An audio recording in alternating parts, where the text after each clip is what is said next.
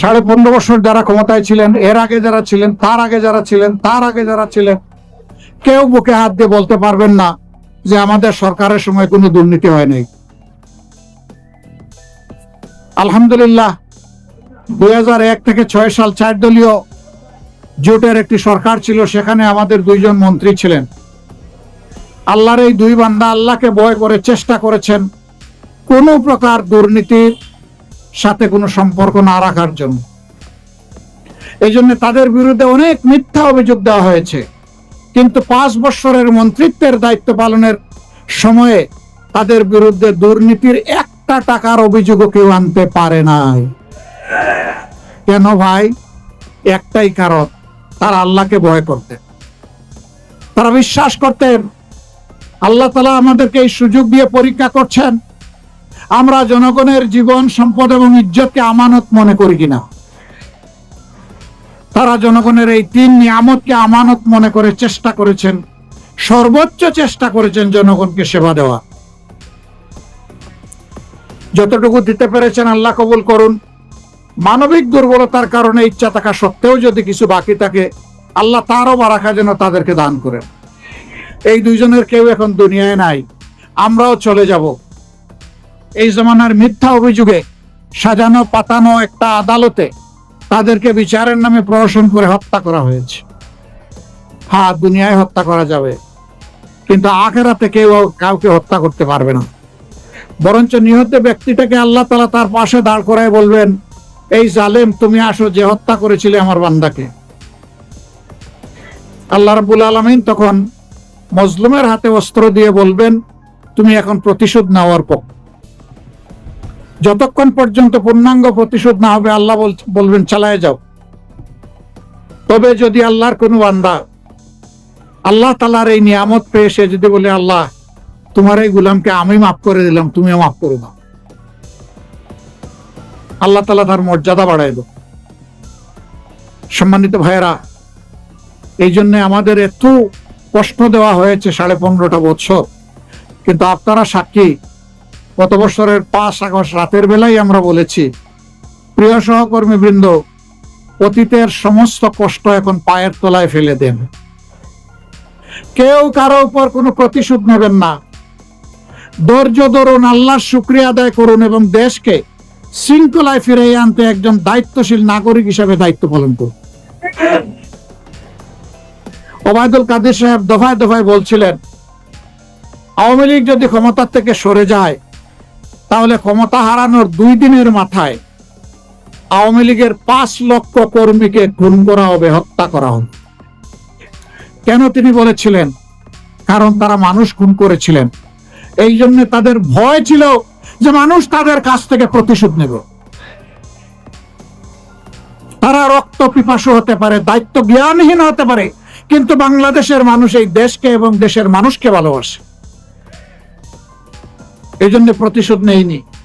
কিন্তু যারা ক্ষতিগ্রস্ত, নিহতদের পরিবার এবং যারা আহত, তারা যদি ন্যায় বিচার পেতে চায়, অবশ্যই সেই বিচার পাওয়ার অধিকার তাদের আছে। আমরা সেই বিচারের জন্য তাদের পাশে দাঁড়িয়ে লড়াই করব ন্যায় বিচার পাওয়ার জন্য। কিন্তু কেউ আমরা আইন হাতে তুলে নেব না।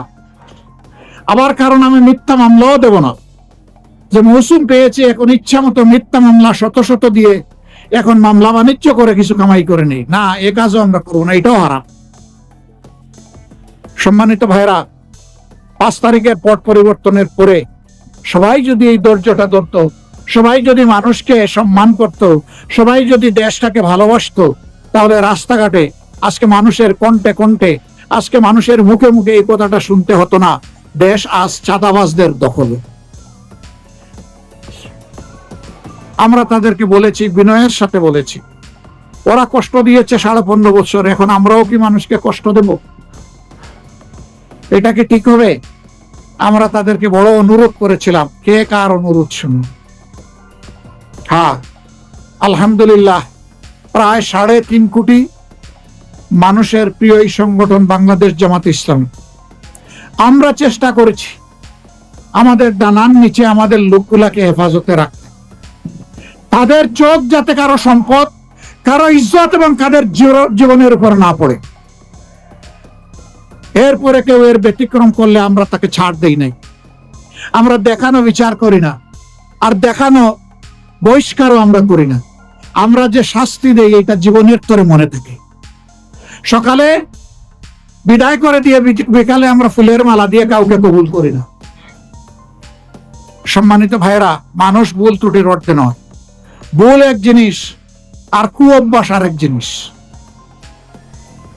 আমাদের লোকরা ভুল করলে আল্লাহ ক্ষমা করুন, এবং আমরাও যেন এই ভুলের জন্য অনুতপ্ত হয়ে এদের ব্যাপারে প্রকৃত ব্যবস্থা নিতে পারি, সে তৌফিকে যেন আল্লাহ আমাদেরকে দান।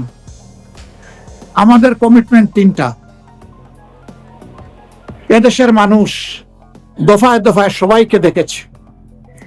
সব আদর্শ, ব্যক্তির আদর্শ, দলের আদর্শ, সব পরীক্ষা নিরীক্ষা শেষ। একটা জায়গায় পরীক্ষা বাকি আছে, সেটা হলো আল্লাহর দেওয়া কোরআনের আদর্শ। আমরা বিশ্বাস করি এবং এটাই সত্য কথা। কোরআনের আদর্শের ভিত্তিতেই যদি সমাজ পরিচালিত হয়, আলহামদুলিল্লাহ, সকল দল মতের মানুষ, সকল ধর্ম বর্ণের মানুষ, তারা সব ধরনের নিরাপত্তা এবং অধিকার ভোগ করবে ইনশাআল্লাহ। এই অধিকার নিশ্চিত করার জন্য আমাদের 3 দফা অঙ্গীকার। নাম্বার 1, এই দেশের গুণে ধরা শিক্ষা ব্যবস্থাকে ইনশাআল্লাহ আমরা পাল্টে দিতে চাই। যে শিক্ষা মানুষকে মানুষ বানাবে সেই শিক্ষা চাই। আমাদের 2 নম্বর অঙ্গীকার, আমরা দুর্নীতির জড় কেটে দিতে চাই। আপনারা ওকে চান? আমাদের পাশে দাঁড়াবেন, সমাজকে নিয়ে দাঁড়াবেন। ইনশাআল্লাহ আমরা দুর্নীতি সবাই মিলে নির্মূল করতে পারবো ইনশাআল্লাহ। আমাদের 3 নম্বর অঙ্গীকার, সমাজের সব জায়গায় সামাজিক ন্যায় বিচার প্রতিষ্ঠা করতে হবে। তাহলে আর রাস্তাঘাটে নেমে কাউকে অধিকারের জন্য আন্দোলন করতে হবে না। যার অধিকার সে ঘরে বসে সম্মানের সাথে পাবে ইনশাআল্লাহ। আমাদের সন্তানেরা সুশিক্ষা নিয়ে বড় হবে, দেশ গড়ার কারিগর হবে, এই দেশকে মর্যাদার আসন নিয়ে তারা উপনীত করবে। আমরা এমন একটি দেশ, শান্তির দেশ, এমন একটি দেশ, ভালোবাসার দেশ, এমন একটি দেশ, মানবিক বাংলাদেশ, এই দেশবাসীকে আমরা উপহার দিতে চাই। আল্লাহ যেন আমাদেরকে তৌফিক দান করেন। আপনারা কষ্ট করে এসেছেন, আমাদের কথাগুলো শুনেছেন, এখানেই যেন শেষ না হয়। সবাই মিলে এখান থেকে আমাদের নতুন আন্দোলনের সূচনা হোক।